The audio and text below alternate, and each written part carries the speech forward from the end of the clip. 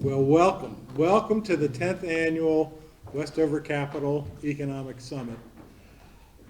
Speaking on behalf of Matt and Chip and our wonderful staff, I can tell you that it's really great to see all of you here in person. It's really nice.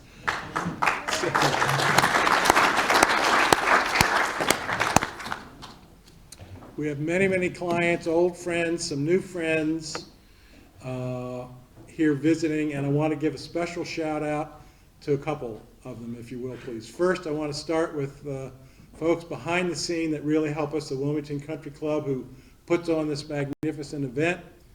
And secondly, our wonderful event planners, Paula and Dana Events. Thank you both very, very much for what you've done. And we have today a wonderful, esteemed attendant, the Mayor of Wilmington, Mike Przicki. So Mike, stand up and take a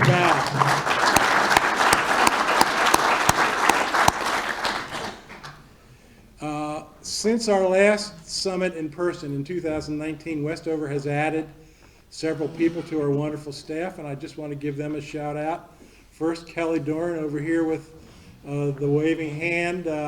Kelly serves us behind the scenes doing compliance work and online work for our clients. She helps Dennis Perdue in tax matters.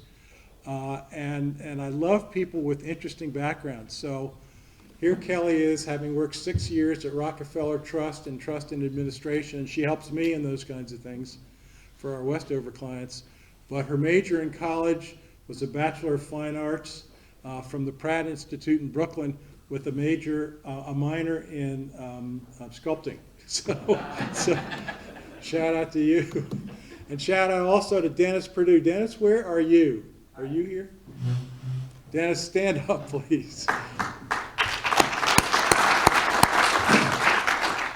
Dennis is a CPA. He joined Westover in November of 2019, and he's added the third leg of our three-legged stool to our wealth management offerings. We obviously do investment advisory work. Chip runs that shop. We do financial planning and wealth management. Matt runs that shop. Where are you, Matt? You're over here. And now Dennis helps us with our tax consultation and tax preparation. His background is that he's a graduate of the University of Delaware, local kid made good. He was a principal and a partner in both Master Sidlow and Wisman Giordano. And most importantly, he was the Sawyer family in Westover Capital's accountant for many, many years before he joined us. So welcome, Dennis. I'm often asked, who's the typical Westover client? What is the profile of your prototypical client? Well, you have 6, 7, 8-figure accounts that you ask us to entrust us to manage, and we do that with great care, I hope.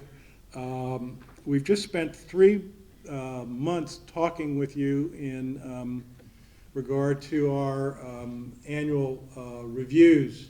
And typically Matt and Chip and I will spend an hour or two talking with you, reviewing what happened in the preceding year from a portfolio performance perspective, and also what we think the economic market outlook will be for the coming year.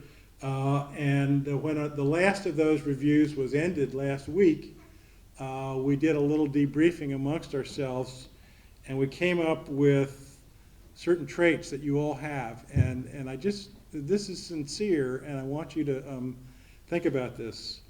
The first is that you're decent. Now, that shouldn't be such a hard thing to do, but in this day and age, unfortunately for many it is.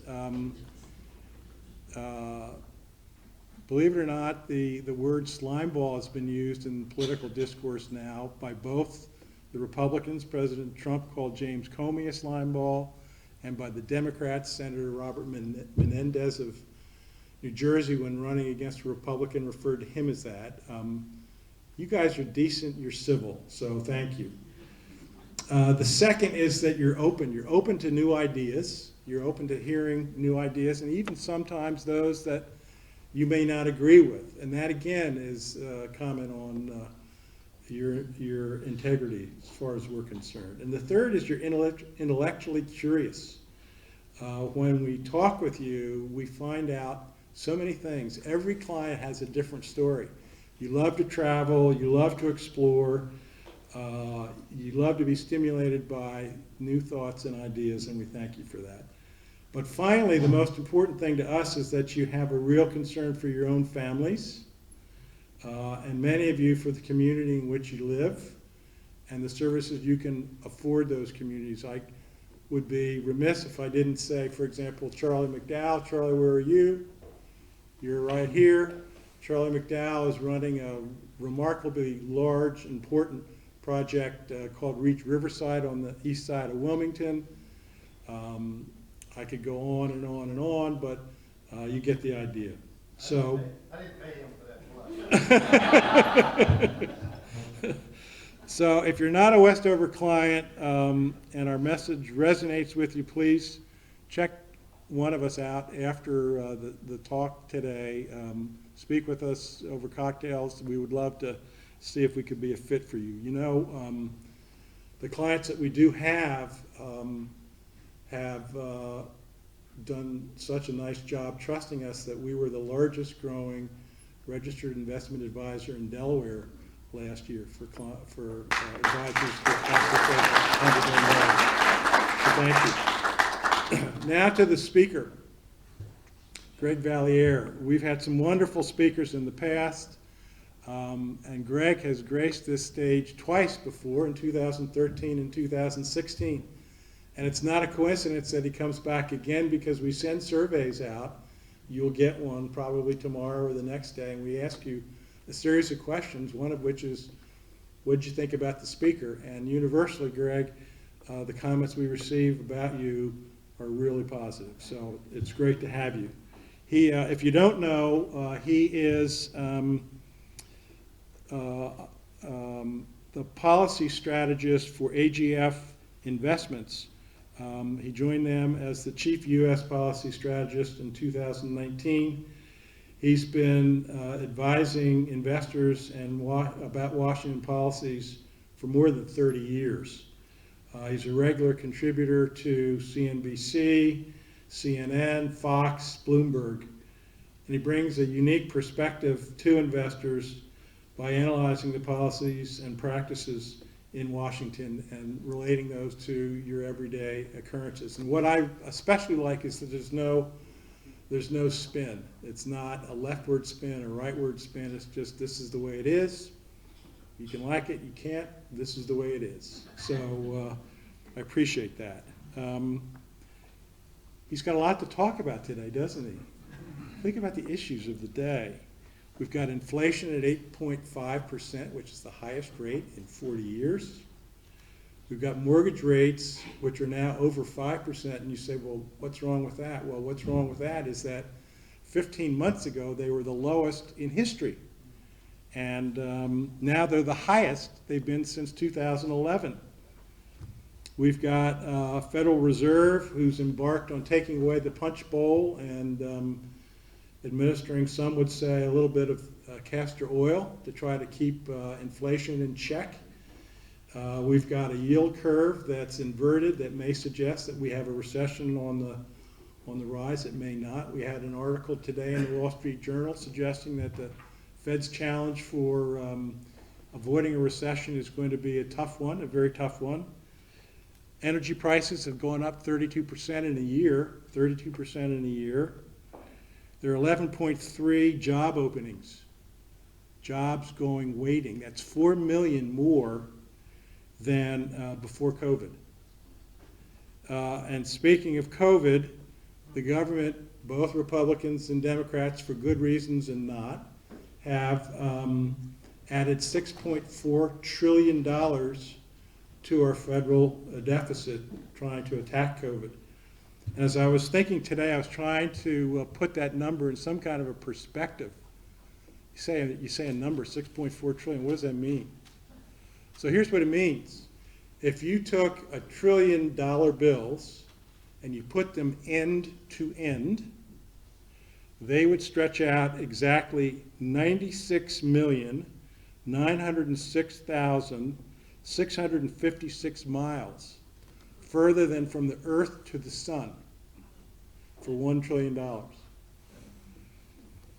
We've got the war in Ukraine, we've got immigration. I think I saw that the number of arrests this past month were 209,000, which was the most in 2 decades. We've got midterm elections coming up. I'll be interested in hearing what Greg has to say about that. We've got, unfortunately, I say unfortunately because he's Delaware's own, but we've got a president right now who's unpopular with the general public. We'll have to see what comes of that in the next 2 years. So he's got plenty of subject matter material to address, that's for sure, does he not? So please welcome Greg Valliere.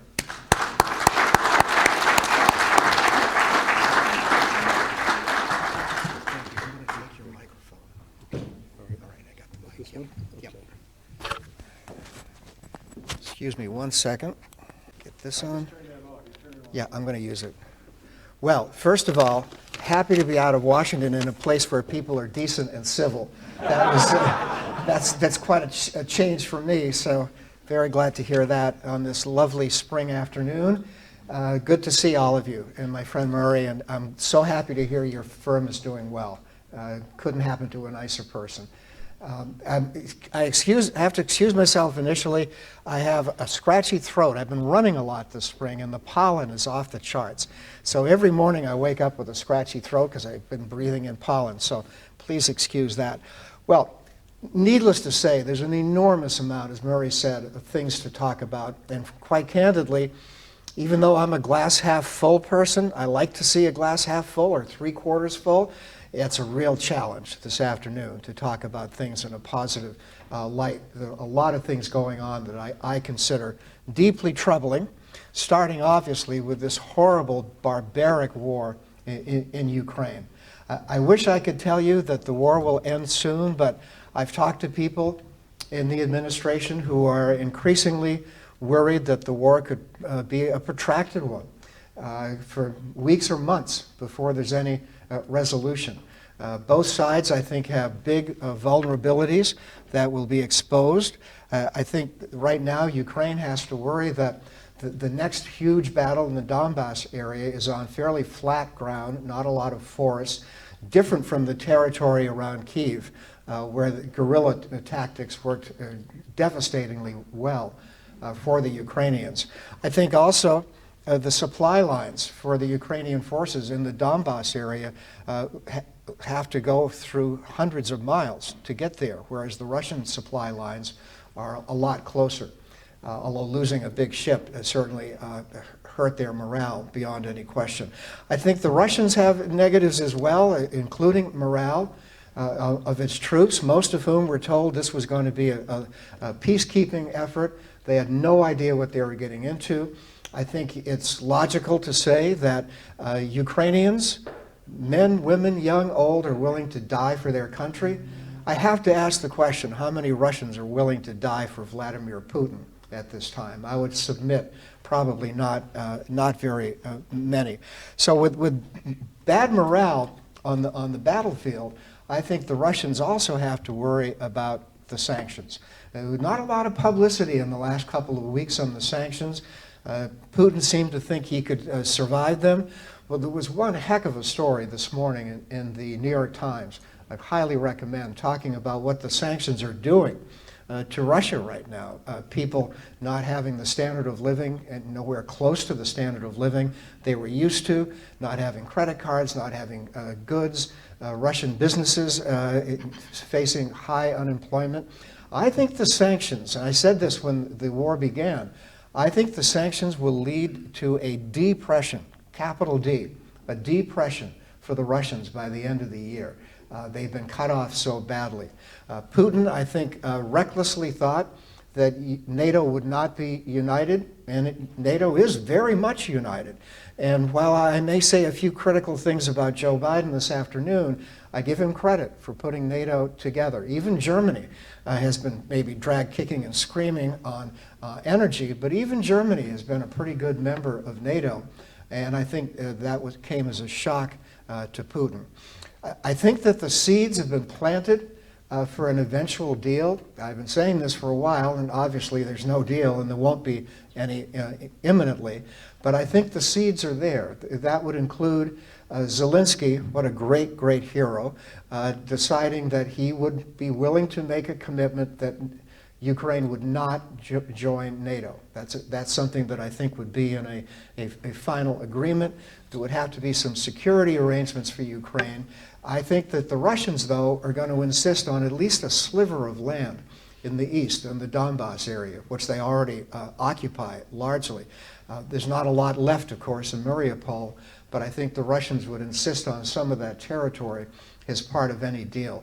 Considering the appalling torture and murder of innocent civilians, I don't think Zelensky's in any hurry to cut a deal with Putin. I think that's going to take quite some time. I think he feels he can win, and to be frank, I think that Putin cannot win this war. I think that even if he gains more territory, he will be a pariah forever. Russia will be a pariah throughout much of the Western world, and their losses, I think we're up to 8 or 9 generals who have been killed. Their losses have been staggering. And I think that ordinary Russians are now seeing funerals of their sons, brothers, relatives, daughters, and I think these funerals will continue to sour the public opinion in Russia. Putin badly miscalculated. I think one other thing I would just add is that as we go into the summer, if this war is sustained, I'm afraid it will be, we have to worry about 2 shortages that will keep the markets unstable. The first, of course, is energy, natural gas, oil, things like that I think will be coal, that I think will persist. The other thing that worries me almost as much is food. I think there will be a shortage of food, considering the fact that Ukraine and Russia are big producers of food and fertilizer, which is in very short supply. And I think that whether it's North Africa or the Middle East or wherever, there's going to be an acute shortage of grain, and that means people are not going to have enough bread. And I think a food shortage will be one of the parts of this story. So with that likelihood of inflation continuing, let's move on to the next issue, which of course is inflation. And I would say that the Fed has got, beyond any question, a really tough task, as Murray said and the Wall Street Journal wrote about this morning. I think that inflation is not all things. It's not gold or timber or aluminum or grain. They can go up and down. The one part of inflation, to me, that's more intractable, that will persist, is wage inflation. I think the labor part of the inflation story, even though people would like to see even higher wages to compensate for inflation, I see almost a vicious circle, a vicious cycle here with inflation. And I always bring up the story of my sister in New England who owns a restaurant, and a lot of her employees started quitting last summer. They said, we're going to have a few months off. There were a lot of very generous benefits, and my sister lost her employees and had to then go out and offer far higher salaries, and she was paying pretty well to begin with. She had to offer sign-up bonuses. She couldn't find any cooks, waiters, waitresses, busboys, busgirls. She finally got a few back. She barely kept her restaurant open, but the only way she could survive was to raise prices on her customers to pay for all of these benefits. And I think this acute shortage of labor is going to be an issue keeping inflation on the high side through the rest of the year.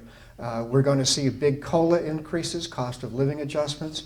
We're going to see Social Security COLA go way up. We'll have another big, big year like we had last year on Social Security. So I do think that the wage pressures will continue, and the Fed, I think, knows that. I think they can get inflation under control by the end of the year, or at least see it starting to come down. Maybe it goes from 8.5 now down to 4, 3.5. That's still high, but I think the trajectory would be fairly positive. The only reason we get that trajectory is obviously the medicine that the Fed is going to have to impose on the economy. We get a 50 basis point rate hike in a couple of weeks in early May. That's about the safest bet of the year.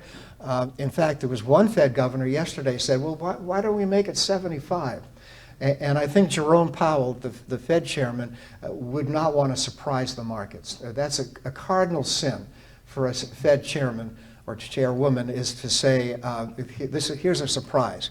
Markets don't like to get surprised. So I think it's 50 basis points in early May, another 50 basis points toward the end of June, maybe still another 50 or 25 as we get into the late summer, early fall, and maybe still more rate hikes through the rest of the year. These rate hikes are going to be rapid. They're not going to end quickly. We now see the Treasury 10-year bond yield. I didn't see it this afternoon, but we're getting close to 3%. And I think the yield still is not that devastating. I think our economy and real estate can survive with a 3% Fed funds rate or 3% Treasury 10-year bond yield, but it will persist. And I think the real fear in the markets is that the Fed could overdo it. This is going to be tricky. The Fed could do too much and lead us into a recession. We haven't had one for a while. They come with great frequency. You can't get by a decade or so without one, and maybe we're due for one. And if there is one, I think the Fed raising rates will be the major factor. And that, I think, would begin to take the unemployment rate back up after going down to 3.6, I believe it is right now. So the Fed story, I think, is one that the market has to be concerned about. The market will listen very carefully to every word that Jerome Powell says. I know Powell, I like Powell. I think that the Fed was too naive, too sanguine on inflation a year ago. They said inflation was transitory. He's now banned the word transitory. But I do think that the Fed knows they've got a lot of work to do to catch up. So here you've got inflation, perhaps a lengthy war, Fed raising rates. That's not a real great story for Joe Biden, is it? So let's talk a little bit about politics and where that stands. First of all, Murray's right. I'm neither on the left nor on the right. I think I'm a cynic more than anything else after all of these years. There's only a handful of politicians that I really like. Maybe the mayor of Wilmington would become would join me on my list. But there's a lot of reasons to be cynical in Washington. And I would have to say right now, there are two big political stories. So let me spend a couple of minutes on these stories. The first is the near certainty, and I rarely use the word certainty, but the near certainty that the House of Representatives will flip back to the Republicans. They only need about 5 seats.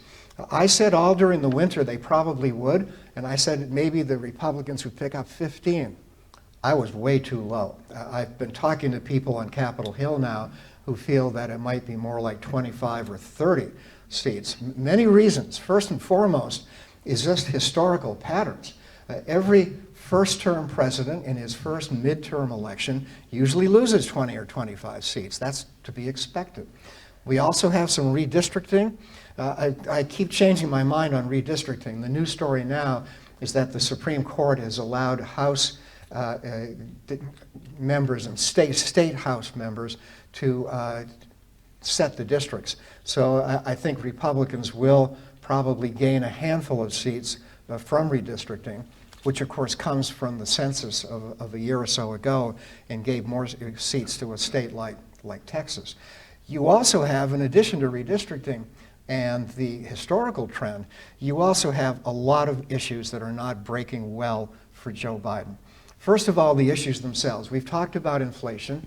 I'm not sure it's entirely his fault. Every major country in the world has inflation, but if you're the quarterback and the team's not doing so well, you get the blame, whether you deserve all of it or not. You've got urban crime. A very intriguing new mayor of New York City gave a lot of Democrats hope that they could rid themselves of this idea that they all want to defund the police, which is not true. And lo and behold, Eric Adams in New York has seen an enormous tidal wave of crime over the last month and a half. Very disturbing. So that's an issue that doesn't help the president. We see continued gun violence every weekend. There were several incidents, as you all know, in this past weekend. We see a story on the Texas border that has gotten many Democrats, we're up to about a dozen Democrats who were begging Joe Biden to not waive this Title 42. If he did, that would probably lead to a big surge of illegal immigration. And I think the president has to acknowledge the anxiety that a lot of Democrats have, especially Democrats running for re-election. And I think he may make a change there. So there were a lot of issues that are not helping him. And then you look at the polls. I must confess, I'm a poll junkie. Before I take a shower in the morning, I look and see if there's a new poll out in the Washington Post. The polls have looked quite alarming for Joe Biden, especially one from Quinnipiac University a couple of days ago. They had Biden at 33%. That's the lowest I've seen. It may be a little bit of an outlier, but a lot of other polls show him in the mid to upper 30s. That's not where you want to be in an election year, to be under 40. That's Trump territory. So I think that doesn't help, and the internals in the polls don't help either. I would say that the most shocking internals I've seen in the last few weeks is Biden's numbers among Hispanic voters and his numbers among young people. So it's not a pretty picture. I think that the Democrats will lose maybe 30, 35 seats, not out of the question. If that happens, that would mean, of course, that the president's ability to get much done would be pretty much dead. I cannot envision Kevin McCarthy being real cooperative, being, what did Murray say, decent and civil. So I think that the House will be an albatross for the president going into his second 2 years of this term. Way too early to make a call in the Senate, I must confess. A lot of races I can't figure out. Pennsylvania, Wisconsin, Georgia. Is Herschel Walker really going to become senator from Georgia? A lot of Senate races I can't figure out. So the Senate is tied, as you know. So that it may be well into October before I'm willing to make a prediction on the Senate. But the House, to me, is a pretty easy call. So then that raises the second issue, the second big political issue, and that is Joe Biden's political future. If the Democrats are hit hard during the election, I think the speculation will really pick up that he will be a one-term president. I know he told Obama, it's in Politico today, when Obama was at the White House last week, Biden told Obama that he's going to run. He's got to. He can't say, I'm not going to run. The moment he says that, he'd be a lame duck. But I would have to point out, not that I'm a spring chicken, but I must point out that Biden turns 80. 2 weeks after the November election, in late November, he turns 80. If he won a second term, he would be leaving the White House at the end of that second term at the age of 86.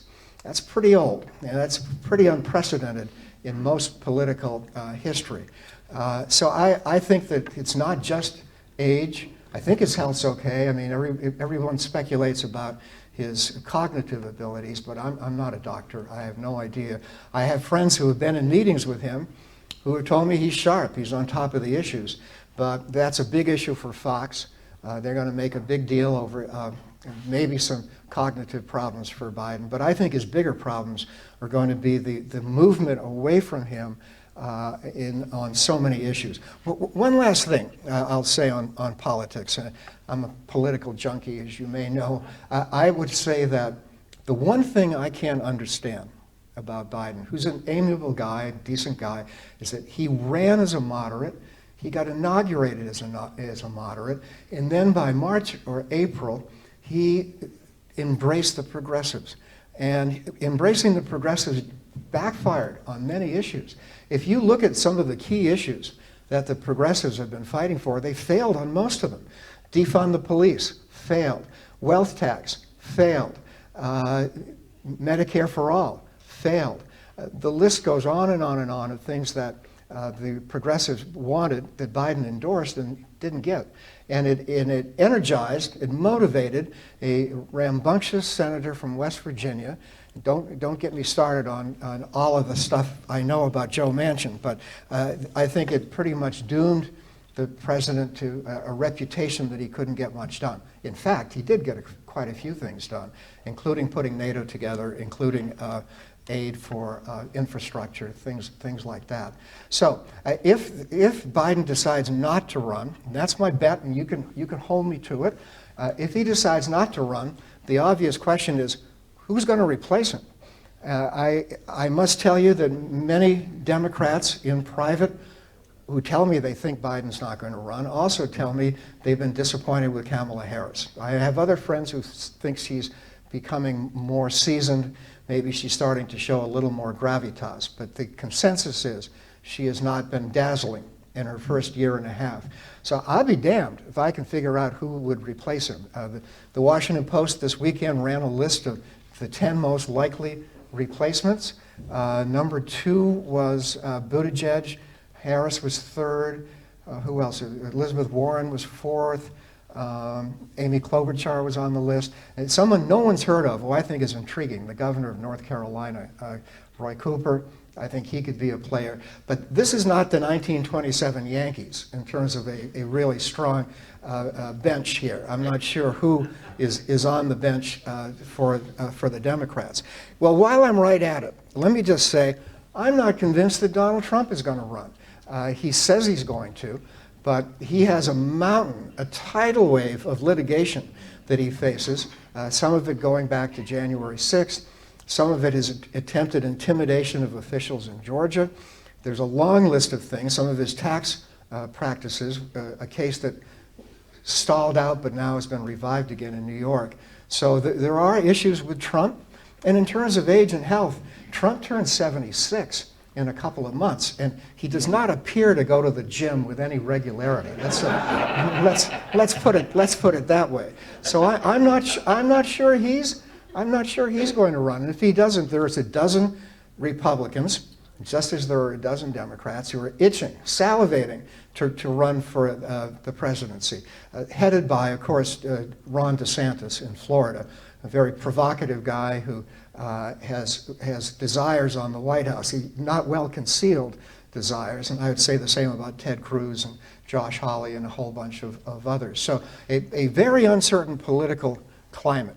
Final point, I keep saying final point I make on politics is that the one thing that strikes me is that there's a crying need for fresh blood, for young, and again, I'm no spring chicken, but I see Nancy Pelosi, who's 82, Dianne Feinstein, who's 88, Mitch McConnell, who's 79. That doesn't mean they're not good and they don't know what they're doing, but it's time for some fresh blood.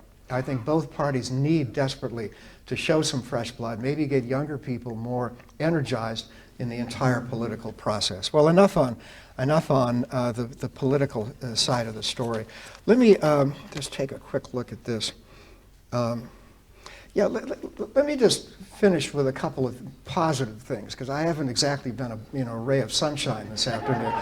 So let me say this: with all the things to worry about, the war, inflation, the Fed, political instability, the market it was up 500 points today. The last time I checked, earnings still look pretty darn good, as I'm sure Murray and his colleagues would tell you.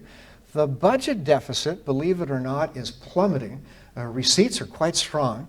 Spending has tailed off a bit after the orgy of spending we had last year. We spent close to almost $700 trillion last year, but this year the spending desires have gone way down, and again, receipts are way up. And I think maybe most importantly, the economy is still hanging in there. Just an amazing story. I think you'd have to say that all of the stimulus in the pipeline is still being spent in many states, California is flush with cash. Gavin Newsom doesn't know what to do with all the money that he has in California. He's going to have a gasoline tax rebate. He's just trying to think of things that he can spend money on. I'm sure that's the same for the mayor of Wilmington. You have just tons of money. But in addition to the states being flush with cash, you have individuals flush with cash. You look at all of the benefits that went out to people last year, and I think individuals, if you look at savings rates, if you look at pent-up spending, desire to spend, that's a big part of the economic story right now. So I think this year we can still grow at 2.5%, 3%, that sort of trend growth, with inflation starting to come down by the end of the year, as people realize the Fed is deadly serious about inflation. I could see the markets, and I could see myself getting more optimistic toward the end of the year, except for one thing, and that's Ukraine. Ukraine has to be resolved. To end on a gloomy note, in looking at the horrific, barbaric things that Putin has done and his soldiers have done, I don't rule out weapons of mass destruction, tactical nukes. I don't rule out chemical or biological warfare. This is a bad story. And I'm hoping and praying that this starts to look a little bit better and Putin comes to his senses. Or I'm praying that some young general who has seen lots of young generals killed in the last month decides to maybe slip something in Biden's breakfast, and I don't rule out that. I say half jokingly that he probably needs a full-time food taster to have the first bite or two before he has a meal. But aside from that, I do worry that the war continues for a while. And if it does, that doesn't mean we can't make money in this market, but I think it does mean the market will be fairly unstable until the Ukrainian war is over. So, end of story. I deliberately leave lots of time for questions because that's the most fun for me. And so fire away. I'm sure that, yes, sir. Good afternoon. I said earlier that one of your other Beltway insiders was in town here today, a man who you perhaps know, Grover Norquist. Mm-hmm. And Republicans go to Grover Norquist for the holy water, the blessing about no tax increases and tax reduction pledges, the same way that Joe is supposed for that kind of blessing. It's really special.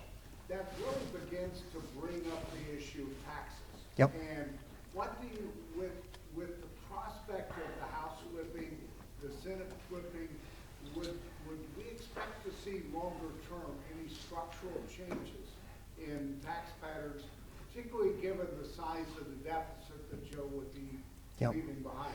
Well, the old cliche is thank you for asking the question, but I do thank you. I omitted some comments on taxation. And I think that you would have to conclude that the chances of big tax hikes this year have faded significantly. If I had been here a year ago today, I would have said, yeah, you could see the estate tax go up or capital gains. I don't see it right now. A major reason why is that a tax package would have to accompany a new spending package. But I don't see a new spending package. I think it's unlikely that we're going to get, I think Manchin would accept pre-kindergarten benefits. He would accept maybe some environmental stuff. He would certainly favor fossil fuels. There's stuff in a bill that Manchin would support, but there's a lot of stuff he won't support. And he and the senator from Arizona, Kirsten Sinema, have both been quite outspoken about opposing any big tax cuts. So I must say, I think for all of you, for all of us, the chances are slim for a big new estate tax. A big change in the step-up basis is unlikely. A big change in the estate tax, capital gains. There were a lot of proposals that got everybody scared. There's one now that Biden proposed, a billionaire's tax or a millionaire's, I forget what, I guess billionaire's tax. Not going to happen. The votes aren't there for it. That's one of the problems when you have a Senate that's 50-50. So I don't totally rule out, I'll give myself a little wiggle room, I don't totally rule out in the second half of the year a more modest package of spending accompanied by something to pay for it. And that would be an increase of a point or two on exceptionally profitable companies like Amazon, exceptionally wealthy individuals. I don't rule that out, but I think the chances have slipped by quite a bit. One of the dirty little secrets in Congress is on display right now. They're on vacation all the time. They're on vacation now for 2.5, 3 weeks. They take 2 weeks off for the 4th of July. They take 5 or 6 weeks off at the end of the summer, and they're planning on leaving town early this year to go campaign. So I'm not sure that we can get a bill, a tax bill through Congress. I don't think it's because of Grover. I mean, I know what his thinking is. I just think the votes just aren't there. And if they get through this year without any tax increase, you can be damn sure there won't be any major tax increase for the next 2 years because Kevin McCarthy will be controlling the House.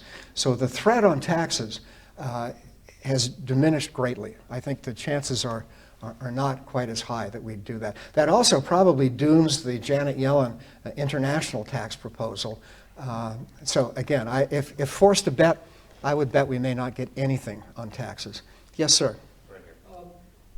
Give us your thoughts on China. Sure. How it relates to the United States, what's going to happen with them and Taiwan, or how does this play in the Ukraine with Russia, impact them, the world, and in particular the United States? Well, good question. First of all, the mood in Washington is surprisingly bipartisan toward China. Nobody likes them. Not the Democrats or the Republicans. They are deeply suspicious, and with good reason. You look at China's treatment of its dissidents in Hong Kong and in Western China, the Muslim dissidents. You look at China's development of very sophisticated new weapons, these hypersonic missiles. You look at China's eavesdropping into U.S. companies. You look at China's basically, I think, trying to snooker everybody on COVID. China has been very unforthcoming on how it got out of Wuhan. I don't think anybody knows for sure how that happened. So for all of those transgressions, the Chinese are not well liked in Washington.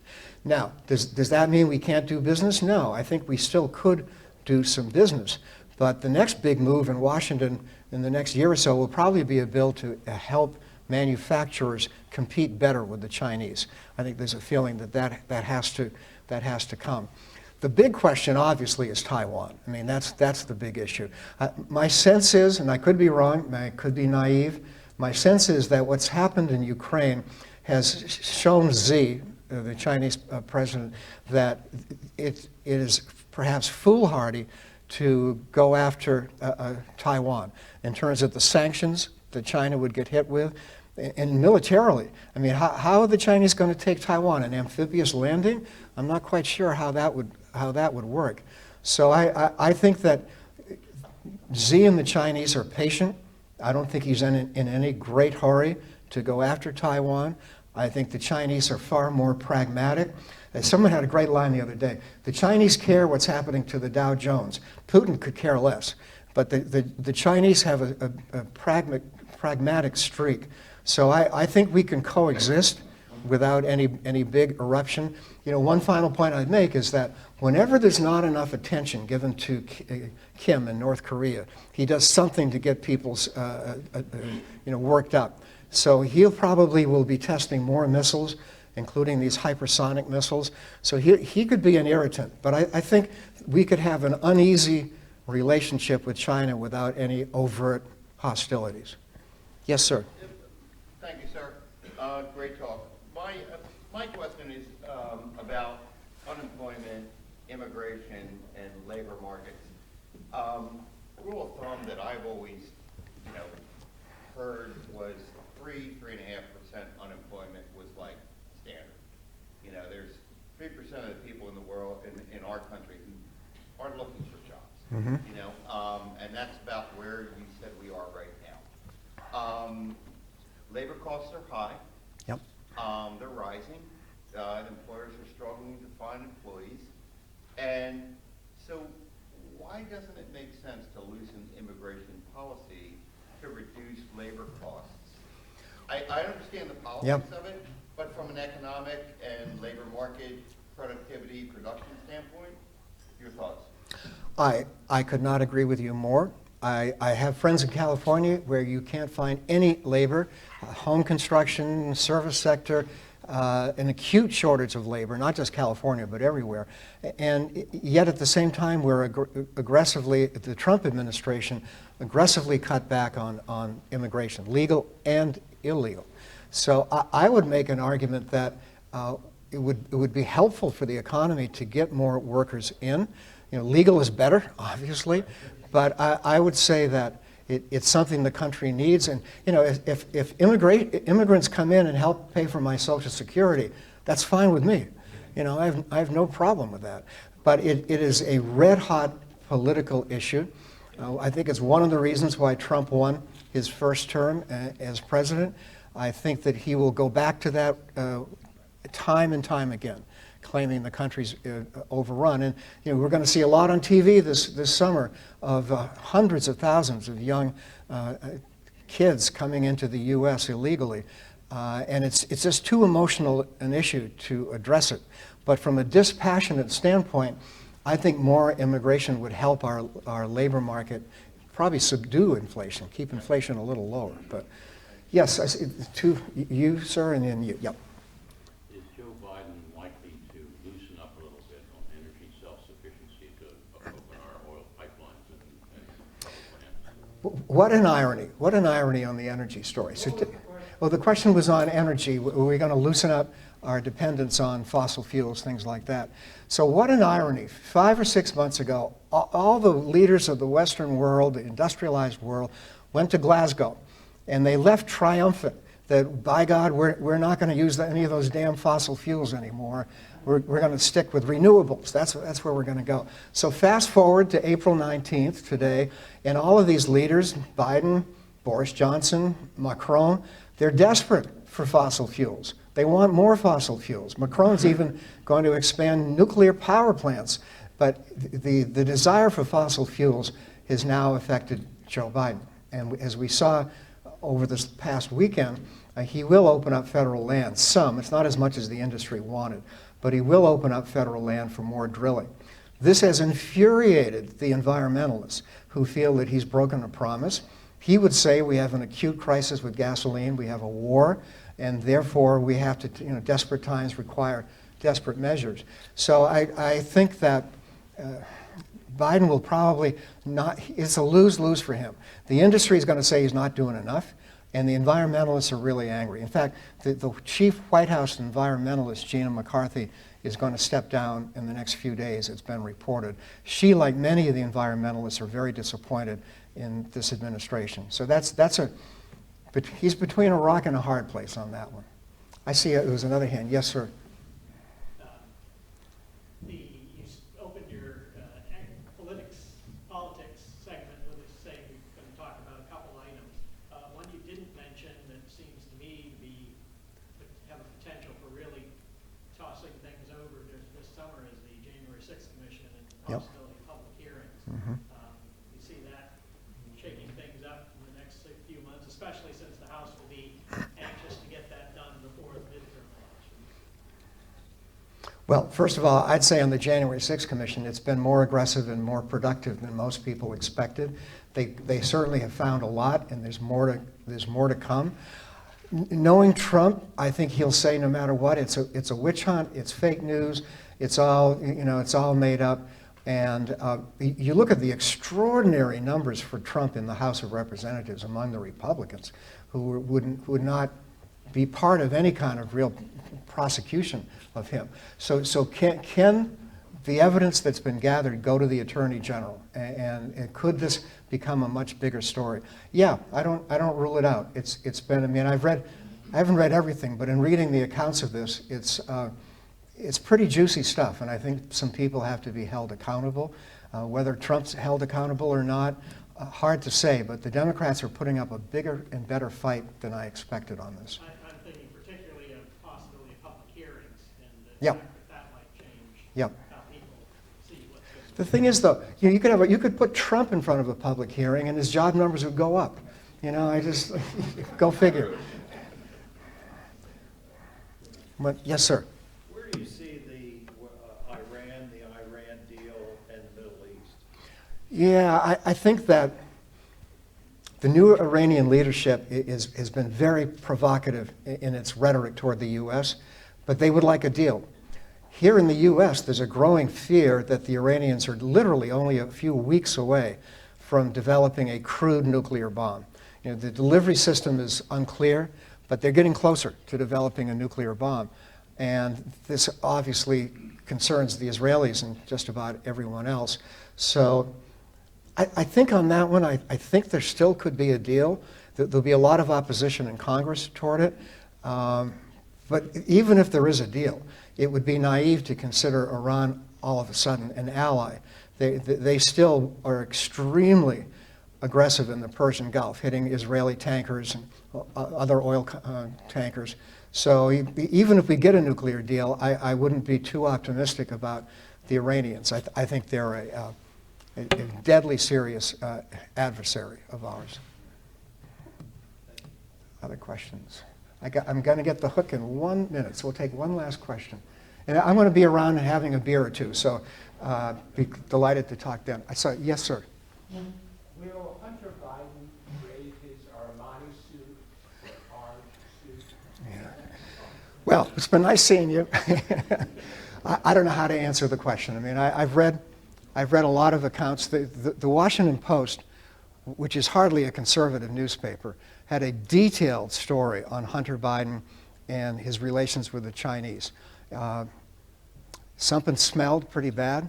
I don't know if he's going to be indicted. Some people think he's going to be indicted. I don't know.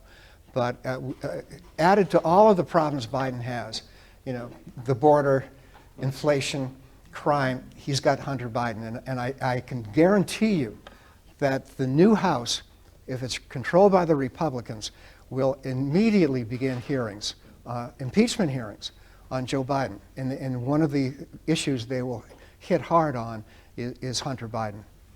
It was one more. Let's take one more. Then, yep. You touched on China politically. I'm interested, as long as China maintains a zero COVID policy and continues to shut down major cities, especially Shanghai, basically indefinitely, one of the largest cities in the country, why is no one talking about the supply chain issues and inflationary pressures that go along with that policy? The inflationary implications are complex with China. Their sea carriers are half empty now because they're not producing anything in Shanghai. They can keep the country clamped down because they got all the guns. And I think that the country's ready to blow with huge anger on the part of the public. But I don't consider that to be that inflationary because the Chinese aren't producing things that are being shipped here. We're not selling things there. Yeah, I think I would leave it at that.